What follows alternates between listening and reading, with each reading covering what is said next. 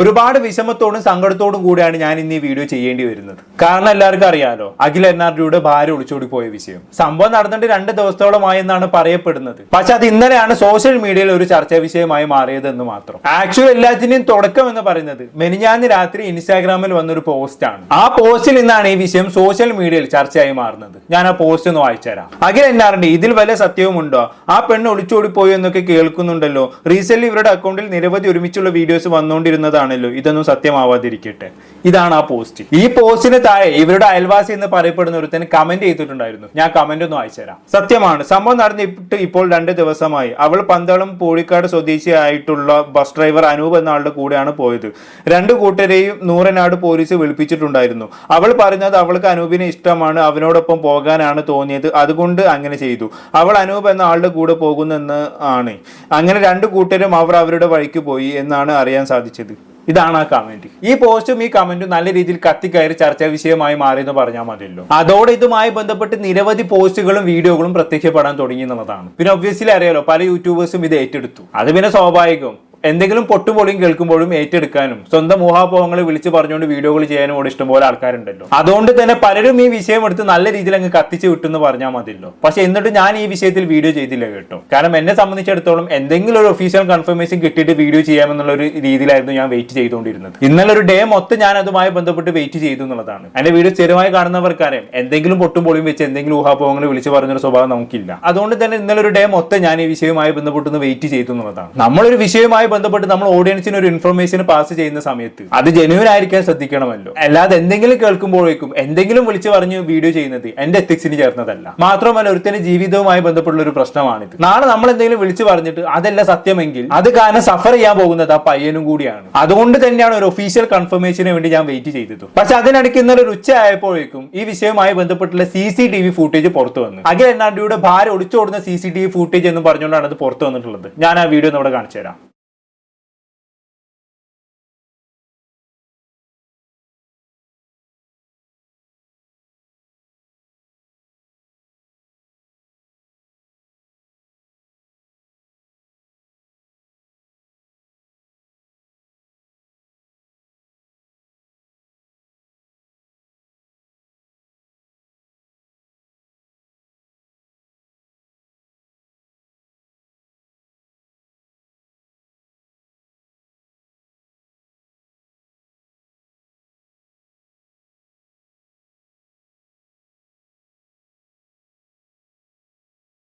ഇതാണ് പുറത്തു വന്ന CCTV ഫൂട്ടേജ് എന്ന് പറയുന്നത്. ഇതിൽ കൃത്യമായി കാണാൻ പറ്റും ഒരു വഴിയിൽ ഒരാൾ ഇങ്ങനെ കാത്തു നിൽക്കുന്നു, ഒരു പെണ്ണാണെങ്കിൽ കുറച്ച് ബാഗും തൂക്കി നടന്നു വരുന്നു, അവർ ഇന്നോവ പോലെ തോന്നിക്കുന്ന ഒരു കാറിൽ കയറി പോകുന്നു അല്ലെ. ഇതിലാണെങ്കിൽ മുഖം വ്യക്തമല്ല, ബാക്ക് മാത്രമാണ് വ്യക്തമായിട്ടുള്ളത്. ഞാൻ ആ പെണ്ണിന്റെ ബാക്ക് സൈഡ് ഫോട്ടോ ഒന്നും കൂടെ ഇവിടെ കാണിച്ചു തരാം. ആള് തലയിൽ മുല്ലപ്പൂ ഒക്കെ ചൂടിയിട്ടുണ്ടല്ലേ. ഒളിച്ചോടുമ്പോഴും മുല്ലപ്പൂ ചൂടാൻ കാണിച്ചാൽ മനസ്സുകളാരും കാണാണ്ട് പോയിരുന്നു. പിന്നെ അതുപോലെ ഞാൻ തൊട്ടും പറഞ്ഞില്ല, ആളുടെ മുഖം വ്യക്തമല്ല, ബാക്ക് മാത്രമാണ് കാണുന്നത്. പക്ഷെ അഖിൽ എൻ.ആർ.ഡിയുടെ ഭാര്യയുടേത് പോലുള്ള ഒരു സ്ട്രക്ചർ തന്നെയാണ് കാണുന്നത് അല്ലെ. കുറച്ച് ചെബ്ബിയായിട്ടുള്ള ഒരാളാണ് നമുക്ക് ഇവിടെ കാണാൻ സാധിക്കുന്നത്. മാത്രമല്ല ഒളിച്ചോട് ഡേറ്റ് ഒന്ന് നിങ്ങൾ നോക്കി, ആ ഡേറ്റ് ഞാൻ സൈഡിൽ കൊടുക്കാം. 7/8/2026 ഫ്രൈഡേ. സമയം എപ്പോഴാണ്? 22:13:09, അതായത് രാത്രി 10 മണിക്ക്. അപ്പൊ ചുരുക്കി പറഞ്ഞാണെങ്കിൽ സംഭവം നടന്നിട്ട് ഇപ്പൊ എത്രയായി? ശനി, ഞായർ, തിങ്കൾ, ഇപ്പൊ ചൊവ്വ. ഞാൻ വീഡിയോ ചെയ്യുന്നത് ചൊവ്വാഴ്ചയാണ്. 4 ദിവസത്തോളമായി അല്ലേ. പക്ഷെ ഞാൻ നേരത്തെ പറഞ്ഞ പോലെ ഇന്നലെയാണ് ഇത് സോഷ്യൽ മീഡിയയിൽ ചർച്ചാ വിഷയമായി മാറിയതെന്ന് മാത്രം. പക്ഷെ ഇതൊക്കെ കാണുമ്പോൾ എന്റെ ഡൗട്ട് അതല്ല, രാത്രി 10 മണിക്ക് ആരെങ്കിലും ഒളിച്ചോടും? ഇപ്പൊ എന്റെ നാട്ടിലൊക്കെ ആളുകൾ അത്യാവശ്യം ഉണർന്നിരിക്കുന്ന സമയമാണ് രാത്രി 10 മണി എന്ന് പറയുന്നത്. പിന്നെ ഞാൻ താമസിക്കുന്നത് കോഴിക്കോട് ടൗൺ ഏരിയ ആണ്. ഒബ്വിയസ്ലി രാത്രി 2 മണിയായാലും അവിടെ ആൾക്കാരുണ്ടാവും, അത് വേറെ കാര്യം. എന്നാലും ഒരു 10 മണി എന്നൊക്കെ പറയുമ്പോൾ അത്യാവശ്യം ആൾക്കാർ ഉണർന്നിരിക്കുന്ന സമയമാണല്ലോ. മിനിമം എങ്ങനെ നോക്കിയാലും ഇന്നത്തെ കാലത്ത് ആളുകൾ ഉറങ്ങാൻ പോകുന്ന സമയം എന്ന് പറയുന്നത് രാത്രി 12 മണിയൊക്കെയാണ് അല്ലേ. സാധാരണ ഒളിച്ചോട്ടുകൾ നടക്കാറുള്ളതും ഒരു 12 മണിക്കൊക്കെ ശേഷമാണ്. പക്ഷെ 10 മണിക്ക് ഒളിച്ചോടുന്ന ഒരാളെ ഞാൻ ആദ്യമായിട്ടാണ് കാണുന്നത്. What ever it is. ഞാൻ ഡേറ്റും സമയം കണ്ടപ്പോൾ പറഞ്ഞെന്നുള്ളൂ കേട്ടോ. അപ്പൊ ഞാൻ പറഞ്ഞു എന്താണെന്ന് വെച്ചാണെങ്കിൽ ഇന്നലെ ഒരു ഉച്ചയൊക്കെ ആയ സമയത്ത് ഈ CCTV ഫുട്ടേജ് പുറത്തു വന്നു. അതിനുശേഷം നമ്മുടെ സീക്രട്ട് ഏജന്റ് സായി കൃഷ്ണ ഈ വിഷയവുമായി ബന്ധപ്പെട്ട് ഒരു വീഡിയോ ചെയ്തിട്ടുണ്ടായിരുന്നു. ഞാൻ ആ വീഡിയോ ഒന്നും ഇവിടെ പ്ലേ ചെയ്യിപ്പിക്കുന്നില്ല. ആ വീഡിയോയിൽ പുള്ളിക്കാരൻ ഒരു പോയിന്റ് പറഞ്ഞു വെക്കുന്നുണ്ട്. ഞാൻ അഖിൽ എൻ.ആർ.ഡിയെ വിളിച്ചിട്ടുണ്ടായിരുന്നു, അവരുമായി സംസാരിച്ചിട്ടുണ്ടായിരുന്നു, അവന്റെ ഭാര്യ ഒളിച്ചോടി പോയിട്ടുണ്ട് എന്നുള്ളത് കൺഫേം ആണ് എന്നുള്ള രീതിയിൽ. പിന്നെ അതിനുശേഷം അഖിൽ എൻ.ആർ.ഡിയുടെ ഭാര്യ ഒളിച്ചോടി പോയ ബസ് കണ്ടക്ടറുടെ ഫോട്ടോ പുറത്തു വന്നു എന്നുള്ളതാണ്. ഞാൻ ആ ഫോട്ടോ സൈഡിൽ കൊടുക്കാം. ഇത്രയും കാര്യങ്ങളാണ് ഇപ്പൊ നിലവിൽ അഖിൽ എൻ.ആർ.ഡിയുടെ ഭാര്യയുടെ ഒളിച്ചോട്ടവുമായി ബന്ധപ്പെട്ട് പുറത്തു വന്ന കാര്യങ്ങൾ എന്ന് പറയുന്നത്. ഞാൻ തുടക്കത്തിൽ പറഞ്ഞ പോലെ ഈ വിഷയങ്ങളെല്ലാം പുറത്തു വന്നതിലുപരി ഇതുമായി ബന്ധപ്പെട്ട ഒരു ഒഫീഷ്യൽ പ്രതികരണവും എവിടെയും ഉണ്ടായിട്ടില്ല എന്നുള്ളതാണ്. അഖിൽ എൻ.ആർ.ഡിയോ അഖിൽ എൻ.ആർ.ഡിയുമായി ബന്ധപ്പെട്ട ആരെങ്കിലുമോ അല്ലെങ്കിൽ ഒളിച്ചോടി പോയ ഭാര്യയോ ആരും ഈ ഈ വിഷയവുമായി ബന്ധപ്പെട്ട് ഒന്നും പറഞ്ഞിട്ടില്ല എന്നുള്ളതാണ്. ഇത് ഞാൻ പറയുമ്പോൾ നിങ്ങൾ ചിന്തിക്കുന്നുണ്ടാകും, ഓ പിന്നെ സ്വന്തം ഭാര്യ ഒളിച്ചോടി പോയ വിഷമത്തിൽ ഇരിക്കുന്ന അഖിൽ എന്നാണ്ട് നാളെ ഒരു വീഡിയോ ചെയ്യണമായിരിക്കും, എന്റെ ഭാര്യ ഒളിച്ചോടി പോയി എന്നും പറഞ്ഞുകൊണ്ട് അല്ലേ എന്നിപ്പോ പലരും ചിന്തിക്കുന്നുണ്ടാകും. അങ്ങനെ ചിന്തിക്കുന്നതിന് എനിക്ക് കുറ്റം പറയാൻ പറ്റില്ല. പക്ഷെ ഇത്തരം വിഷയങ്ങൾ വരുന്ന സമയത്ത് ഒരു ഒഫീഷ്യൽ പ്രതികരണം എന്തായാലും നടത്തണം. അതെന്തുകൊണ്ടാണെന്നുള്ളത് ഞാൻ കുറച്ച് കഴിഞ്ഞിട്ട് പറഞ്ഞുതരാം. ഇത് എത്രത്തോളം അഖിൽ എന്നാർഡിയുമായി ബന്ധപ്പെട്ട് ആരെങ്കിലുമോ ഈ വിഷയവുമായി ബന്ധപ്പെട്ട് പ്രതികരിക്കാത്തിടത്തോളം കാലം അത് ഏറ്റവും കൂടുതൽ ബാധിക്കാൻ പോകുന്നത് അഖിൽ എന്നാർഡിക്ക് തന്നെയായിരിക്കും. അതിന് കാരണമുണ്ട്, ഞാൻ കുറച്ച് കഴിഞ്ഞിട്ട് പറഞ്ഞുതരാം. എനിവേ, ഇതിനു മുമ്പ് ഒരു കണ്ടന്റ് ക്രിയേറ്ററുമായി ബന്ധപ്പെട്ടുള്ള ഒരു ഒളിച്ചോട്ട് നടന്നിട്ടുള്ളത് കുറച്ച് മാസങ്ങൾക്ക് മുമ്പാണ്. നിങ്ങൾ ഓർക്കുന്നുണ്ടാകും, കൃഷ്ണപ്രിയ എന്ന് പറയുന്ന ഒരു കണ്ടന്റ് ക്രിയേറ്റർ. പുള്ളിക്കാരൻ അഖിൽ എന്നാർഡിയെ പോലെ തന്നെ സോഷ്യൽ മീഡിയയിൽ ഇങ്ങനെ കത്തി നിൽക്കുന്ന സമയത്ത് ഏതൊരുത്തനും കൂടെ അങ്ങോട്ട് ഒളിച്ചോടി പോയി. അന്നേരം അവളുടെ വീട്ടുകാർ ചെയ്ത പരിപാടി എന്താണ്, അപ്പൊ തന്നെ ഇൻസ്റ്റാഗ്രാമിൽ ഒരു പോസ്റ്റ് ഇട്ട് കൃഷ്ണപ്രിയ ഇന്ന ആളുടെ കൂടെ ഒളിച്ചോടി പോയിട്ടുണ്ട് എന്നും പറഞ്ഞുകൊണ്ട് ഉടനെ തന്നെ കൃഷ്ണപ്രിയ വിഷയവുമായി ബന്ധപ്പെട്ട് പ്രതികരണം അറിയിച്ചുകൊണ്ട് മറുപടി പറയുകയും ചെയ്തു. അതോടെ ആ വിഷയം അവിടെ അവസാനിച്ചു എന്നുള്ളതാണ്. പക്ഷെ അതിൽ വിപരീതമായി അഖിൽ എന്നാർഡിയുടെ വിഷയത്തിൽ സംഭവിച്ചുകൊണ്ടിരിക്കുന്ന കാര്യം എന്താണെന്ന് വെച്ചാൽ, ഭാര്യ ഒളിച്ചോടി 2-3 ദിവസമായിട്ടും ഇന്നലെ ഒരു ദിവസം മുഴുവൻ സോഷ്യൽ മീഡിയയിൽ ഈ വിഷയവുമായി ബന്ധപ്പെട്ട് ചർച്ചകൾ ഉണ്ടായിട്ടും പുള്ളിക്കാരൻ ഒരു അക്ഷരം മിണ്ടിയിട്ടില്ല എന്നുള്ളതാണ്. എനിക്ക് തോന്നുന്നത് അഖിൽ എന്നാർഡി ഈ വിഷയവുമായി ബന്ധപ്പെട്ട് മിണ്ടാനുള്ള സാധ്യത കുറവാണ്. കാരണം ഞാൻ മനസ്സിലാക്കിയെടുത്തോളം ഒരു ഉൾവലിഞ്ഞ് നിൽക്കുന്ന ഒരു ക്യാരക്ടറാണ് ഈ പറയുന്ന അഖിൽ എന്നാർഡിയുടേത്. അതെനിക്ക് എങ്ങനെ മനസ്സിലായെന്ന് ചോദിച്ചു കഴിഞ്ഞാണെങ്കിൽ, എന്റെ സ്വഭാവം നിങ്ങൾക്ക് അറിയാലോ, എന്തെങ്കിലും ഒരു വിഷയം കിട്ടിക്കഴിഞ്ഞാണെങ്കിൽ ഞാൻ അതിന്റെ എല്ലാ സംഭവങ്ങളും തപ്പിപ്പോകും, ഫുൾ പൊട്ടുപൊടിയും തപ്പിയെടുക്കും. ഈ വിഷയത്തിന് ഞാൻ അതേമാതിരി ഇതിന്റെ എല്ലാ കാര്യങ്ങളും തപ്പിയെടുത്തിട്ടുണ്ടായിരുന്നു. അതിന്റെ ഭാഗമായിട്ട് ഞാൻ 2 ആഴ്ച മുന്നേ ഈ പറയുന്ന അഖിൽ എന്നാർഡി മൈൽ സ്റ്റോൺ മേക്കേഴ്സ് എന്ന് പറഞ്ഞ ചാനലിൽ കൊടുത്തൊരു ഇന്റർവ്യൂ ഞാൻ കണ്ടിട്ടുണ്ടായിരുന്നു. അതിൽ അഖിൽ എന്നാർഡി പറയുന്നൊരു പോയിന്റ് ഉണ്ട്. അപ്പൊ നിങ്ങൾക്ക് മനസ്സിലാകും അഖിൽ എന്നാർഡിയുടെ ക്യാരക്ടർ എങ്ങനെയാണെന്നുള്ളത്. നിങ്ങളൊന്ന് കണ്ടു നോക്കി. ഞാൻ ഭയങ്കര ടെൻഷനില്ല, എനിക്ക് എപ്പോഴും ഭയങ്കര ടെൻഷനാ. കൊച്ചിലോട്ട് എനിക്ക് സ്റ്റേജിൽ കയറാൻ പറ്റും, അല്ല ട്രൈ ചെയ്യാറുണ്ട്. പക്ഷെ എന്നെ കൊണ്ട് ഈ പറഞ്ഞോട്ട് നല്ല രീതിയിൽ ചെയ്യാൻ പറ്റിയിട്ടില്ല. ലൈക്ക് ഈ കൊച്ചിലൊക്കെ ഈ പറഞ്ഞോട്ട് കൂട്ടുകാരൊക്കെ സ്റ്റേജിൽ കയറി പെർഫോം ചെയ്യൊക്കെ എനിക്ക് ആഗ്രഹമുണ്ട്, എന്റെ മനസ്സിനുള്ളിൽ ആഗ്രഹമുണ്ട് ഇതുപോലെ അവിടെ പോയി എനിക്ക് നിന്ന് ചെയ്യണം. പക്ഷെ എന്നെ കൊണ്ട് പറ്റത്തില്ല, ഭയങ്കര സ്റ്റേജ് ഫിയറാ. സ്റ്റേജ് ഫിയറും കൈ ഭയങ്കര തണുത്ത് പറ്റാത്തൊരവസ്ഥ ഉണ്ടല്ലോ. നമ്മൾ ചെയ്താൽ പോലും പെട്ടെന്ന് കോൺഷ്യസ് ആവും അവിടെ പോയി കഴിഞ്ഞാൽ. അപ്പൊ ഗ്രൂപ്പ് ആയിട്ടുള്ള ആക്ടിവിറ്റി ട്രൈ ചെയ്ത് നോക്കിയിട്ടില്ലേ? ഗ്രൂപ്പായിട്ടും ട്രൈ ചെയ്യുമ്പോൾ ബാക്കിയുള്ളവർ പെർഫോമൻസ് കാണുമ്പോൾ ഞാൻ അതിൽ കൂടുതൽ ഇതാവും. അങ്ങനെ ഒരു സംഭവം എനിക്ക് നേരത്തെ ഉണ്ടാകും. പക്ഷെ ഞാനത് മറച്ചു വെച്ച് പലപ്പോഴും ഈ പറഞ്ഞ പോലെ ചെയ്യാൻ വേണ്ടി ശ്രമിക്കും. അത് കുറച്ച് സക്സസ് ആവും, ചില സമയത്ത് അതങ്ങ് പാളിപ്പോവും. പറഞ്ഞ അതിനുവേണ്ടിയാണ് സത്യം പറഞ്ഞ കഴിഞ്ഞാൽ ഈ വീഡിയോസ് ചെയ്തു തുടങ്ങിയത്. എനിക്ക് കുറച്ച് അതിനകത്ത് കൂടെ മാറണം. വീഡിയോസ് ചെയ്ത് അല്ലെങ്കിൽ സ്വന്തമായിട്ട് ക്യാമറയുടെ മുന്നിൽ ഇരിക്കാൻ പോലും എനിക്ക് പേടി. ഓക്കെ, അതാണ് ഇവൻ പറഞ്ഞ അവസാനത്തെ പോയിന്റ് കേട്ടില്ലേ, സ്വന്തമായിട്ട് ക്യാമറയുടെ മുന്നിൽ ഇരിക്കാൻ പോലും എനിക്ക് പേടിയാണെന്നുള്ളത്. അതുപോലെ തന്നെ ഇവര് നന്നായി സ്റ്റേജ് ഫിയറും ഉണ്ട്. ചുരുക്കി പറഞ്ഞാൽ ഇവന് പബ്ലിക്കിൽ ഫേസ് ചെയ്യാൻ ഭയങ്കര പേടിയാണ്. അത് ഞാൻ പലരും പറയുന്നതായിട്ട് കേട്ടിട്ടുമുണ്ട്. ഇവൻ ഒരുപാട് വീഡിയോകൾ ചെയ്തു പോകുന്നു എന്നതിനപ്പുറത്തേക്ക് പബ്ലിക്കിനെ ഫേസ് ചെയ്യുന്ന പരിപാടികളൊന്നും ഇവൻ അധികം ചെയ്യാറില്ല. അല്ലെങ്കിൽ നിങ്ങളൊന്ന് ആലോചിച്ച് നോക്കി, 5-6 വർഷത്തോളമായി പറയുന്ന അഖിൽ എന്നാർഡി സോഷ്യൽ മീഡിയയിൽ ഭയങ്കര ആക്റ്റീവ് ആയിട്ടുണ്ട്. ഇതിനിടയ്ക്ക് ഇന്നേ വരെ ഇവനൊരു ഇന്റർവ്യൂ കൊടുത്ത് നിങ്ങൾ കണ്ടിട്ടുണ്ടോ? 2 ആഴ്ച മുന്നേ ആദ്യമായിട്ടാണ് ഇവന് മൈൽ സ്റ്റോൺ മേക്കേഴ്സിൽ ഒരു ഇന്റർവ്യൂ കൊടുക്കുന്നത്. അതിനു മുമ്പ് ഒരു ഇന്റർവ്യൂ പോലും എന്നെ കാണാൻ സാധിക്കില്ല നമുക്ക്. സാധാരണ ഇവനെ പോലെ മറ്റാരെങ്കിലും ആയിരുന്നെങ്കിൽ ഇതിനിടയ്ക്ക് ഒരു 5-6 ഇന്റർവ്യൂകളും കഴിഞ്ഞിട്ടുണ്ടാകും. പക്ഷെ ഇന്നേ വരെ ഈ പയ്യൻ ഒരു ഇന്റർവ്യൂ പോലും കൊടുത്തിട്ടില്ല എന്നുള്ളതാണ്. അതിന് കാരണം ഇവന്റെ ഒരു സോഷ്യൽ ആൻസൈറ്റി തന്നെയാണ്. അതുപോലെ തന്നെ എന്തെങ്കിലും വിഷയവുമായി ബന്ധപ്പെട്ട് ഇവൻ പബ്ലിക്കിൽ അപ്പിയർ ആവുന്നതും കുറവാണ്. ഒന്നും വേണ്ട, ഇത്രയും റീച്ച് ഉണ്ടായിട്ടും എന്തെങ്കിലും സാമൂഹിക വിഷയത്തിൽ ഇടപെടുന്നത്, അഭിപ്രായം പറയുന്നത് നിങ്ങൾ കേട്ടിട്ടുണ്ടോ? ഇവൻ വളരെ കുറവാണ്. നീറ്റ് വിഷയത്തിൽ എങ്ങാനും എല്ലാവരും പ്രതികരിക്കുന്ന കൂട്ടത്തിൽ ജസ്റ്റ് ഒന്ന് പ്രതികരിച്ചു എന്നതിനപ്പുറത്തേക്ക് ഇവൻ സാമൂഹിക വിഷയത്തിലൊക്കെ പ്രതികരണം അറിയിക്കുന്നത് കുറവാണ്. ചുരുക്കി പറഞ്ഞാൽ ഒരു ഒതുങ്ങിയ ക്യാരക്ടറാണ്. അങ്ങനെയുള്ള ഒരാളെ സംബന്ധിച്ചിടത്തോളം ഓൾറെഡി ഒരു സോഷ്യൽ ആൻസൈറ്റി ഉണ്ട്. അതുകൂടാതെ സ്വന്തം ഭാര്യ ഒളിച്ചോടി പോയി ഒരു ട്രോമയിലും കൂടി ആവുന്ന സമയത്ത് ഇതുമായി ബന്ധപ്പെട്ട് പ്രതികരിക്കാനുള്ള സാധ്യത വളരെ കുറവാണ്. പക്ഷെ എന്റെ അഭിപ്രായത്തിൽ ഈ പറഞ്ഞ അഖിൽ എന്നാർഡി പ്രതികരിക്കണം എന്നുള്ളതാണ്. കാരണം ഞാൻ നേരത്തെ പറഞ്ഞ പോലെ അഖിൽ എന്നാർഡി പ്രതികരിക്കാത്തിടത്തോളം കാലം പലരും സോഷ്യൽ മീഡിയയിൽ പലതും അടിച്ചെറുക്കാൻ തുടങ്ങും. ഇപ്പൊ ഞാൻ ഇന്നലെ നോക്കിയ സമയത്തുണ്ട് പലരും അഖിൽ എന്നാർഡിയുമായി ബന്ധപ്പെട്ട് 2, 3, 4 വീഡിയോകൾ ഇങ്ങനെ ചെയ്തുകൊണ്ടിരിക്കുകയാണ് ഇന്നലെ ഒറ്റ ദിവസം കൊണ്ട് തന്നെ. അതും പ്രത്യേകിച്ച് ഇവന്മാരുടെ വീഡിയോയിൽ കണ്ടന്റ് എന്ന് പറയാൻ മാത്രം പ്രത്യേകിച്ചൊന്നുമില്ല. ആദ്യ വീഡിയോയിൽ പറഞ്ഞൊക്കെ തന്നെ ആയിരിക്കും തിരിച്ചും മറിച്ചും 2ാമത്തെ വീഡിയോയിൽ പറയുന്നത്. എന്നാൽ അത് 3ാമത്തെ വീഡിയോയിൽ മറിച്ചും തിരിച്ചും പിന്നീട് എന്തെങ്കിലുമൊക്കെ പറയും.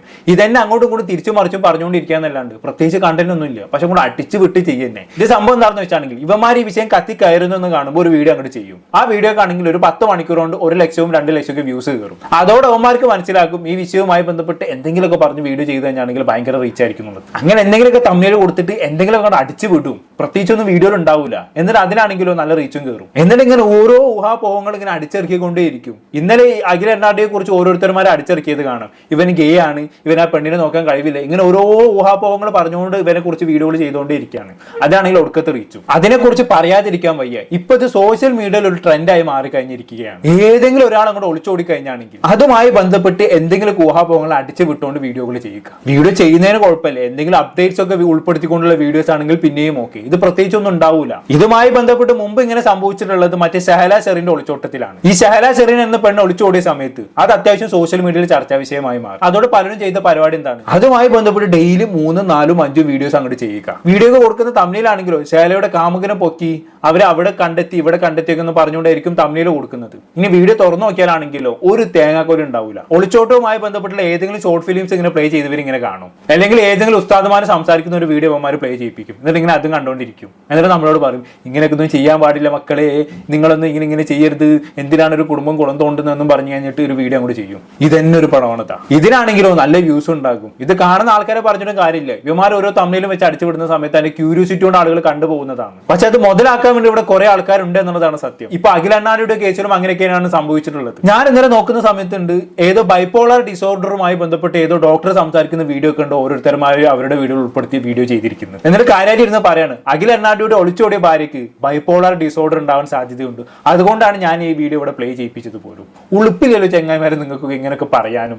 ഇതേമാതിരി എന്തെങ്കിലുമൊക്കെ എവിടുന്നെങ്കിലൊക്കെ ഒരു വീഡിയോ പൊക്കി കൊണ്ടുവന്നിട്ട് അത് പ്ലേ ചെയ്യിപ്പിച്ച് തോന്നിവാസം വിളിച്ചു പറയാനും. ഇതൊക്കെ എന്തറിഞ്ഞിട്ടാണ് നിങ്ങൾ ഈ ഓരോന്ന് വിളിച്ചു പറയുന്നത്? എനിക്ക് അവിടെ മനസ്സിലാവുന്നില്ല. ചിലതൊക്കെ കാണുന്ന സമയത്തുണ്ടല്ലോ വീട്ടിൽ കയറി തല്ലാൻ തോന്നിപ്പോകും. അമ്മാതിരി ഓരോരോ തോന്നിവാസങ്ങളാണ് ഓരോരുത്തരുമാര് പഠിച്ചു വിടുന്നത്. ഇതുകൊണ്ടാണ് ഞാൻ തൊട്ടു മുമ്പ് അഖിൽ അണ്ണാണ്ട് ഒരു ഒഫീഷ്യൽ പ്രതികരണം അറിയിക്കണമെന്ന് ഞാൻ പറഞ്ഞത്. കാരണം അഖിൽ അണ്ണാണ്ട് ഇതിനെക്കുറിച്ച് ഒരു ഒഫീഷ്യൽ പ്രതികരണം അറിയിക്കാത്തിടത്തോളം കാലം ഇവിടെ സംഭവിക്കാൻ പോകുന്നതെന്ന് വെച്ചാണെങ്കിൽ ആളുകൾ ഇതുമായി ബന്ധപ്പെട്ട് സോഷ്യൽ മീഡിയയിൽ സെർച്ച് ചെയ്തുകൊണ്ടേയിരിക്കും. അഖിൽ അണ്ണാടി പ്രതികരിച്ചോ, അല്ലെങ്കിൽ അഖിൽ അണ്ണാടിയുടെ ഭാര്യ പ്രതികരിച്ചോ, അല്ലെങ്കിൽ അവരുമായി ബന്ധപ്പെട്ട് ആരെങ്കിലും എന്തെങ്കിലും പറഞ്ഞോ എന്ന് അറിയാൻ വേണ്ടി ആളുകൾ ഇങ്ങനെ സോഷ്യൽ മീഡിയയിൽ സെർച്ച് ചെയ്തുകൊണ്ടേയിരിക്കും. അതിനനുസരിച്ച് ഓരോരുത്തർമാരെ എന്താക്കും, അവരുടെ ഇഷ്ടത്തിനനുസരിച്ച് ഓരോരോ ഊഹാപോഹങ്ങൾ പഠിച്ചു വിട്ടുകൊണ്ട് ഓരോ വീഡിയോകൾ അങ്ങോട്ട് ചെയ്യാൻ തുടങ്ങും.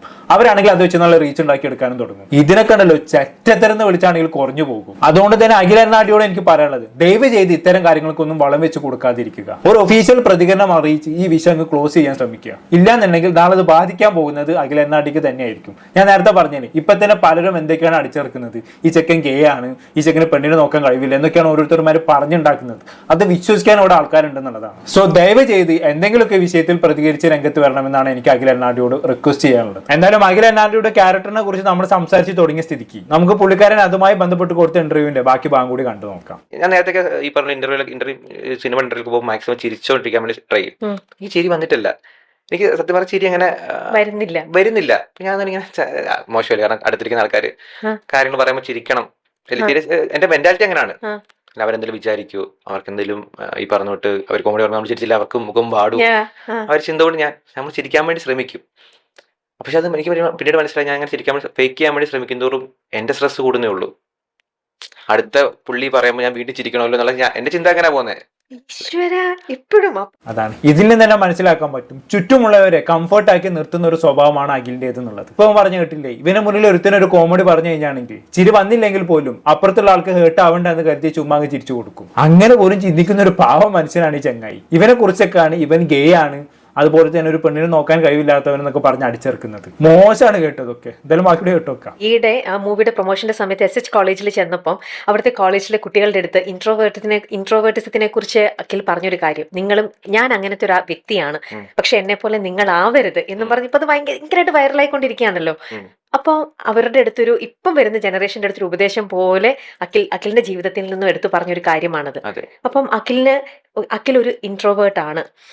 ഇൻട്രോട്ട് ആയി പോകുന്നതാ, ഈ ഫിയർ കാരണം നമ്മൾ ഇൻട്രോട്ട് ആയി പോകുന്ന.